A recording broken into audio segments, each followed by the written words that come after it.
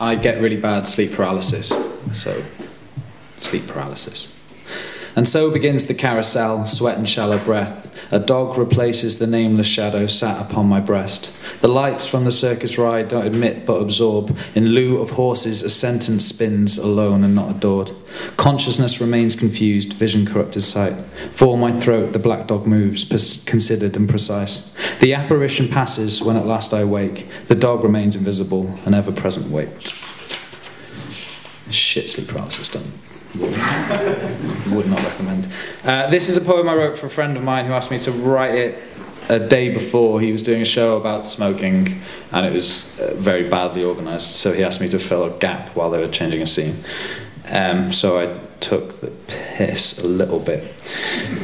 As Shakespeare contemplated comparing you to a summer's day, now I shall clumsily draw comparisons between your absence and the slow realisation that I no longer have any tobacco. It's that itch, that frustration as I search for the final scraps of you, desiring a taste to placate a compulsion that now exponentially grows. As the time stretches from when I last partook, I see evidence in ashtrays of a time of plenty, a memory of abundance in the midst of a drought. The headache intensifies. No activity can now occupy me. It's an addiction I have no desire to overcome. I just have no money to go to the shop. I had to scrape my change to fund the first. A second now appears out of the question. Now, this metaphor is forced, unwieldy and confused, but I can't decide if I desire a cigarette or you. Right,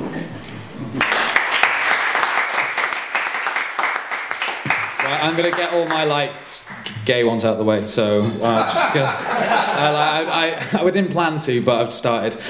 I'd gather sand and count each piece to please you. You'd ask and I'd comply. I'd sift out soil and grit to be specific. I'd scrape away the sea's decay and polish each speck. Inspect each granule and hand them to you in order of size or colour, whatever you desired, and be exact with my figure. Then discard them if you changed your mind.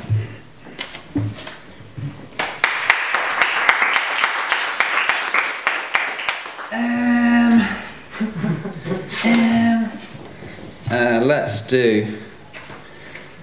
Okay. This pack of cards lacks a jack of hearts. The ace remains. I'll switch suit to spades and dig a head-shaped space in the sand. I'm sick of this game. Right, I'll do one more gay one and then I'll pass over. Let me find it. I can probably remember it.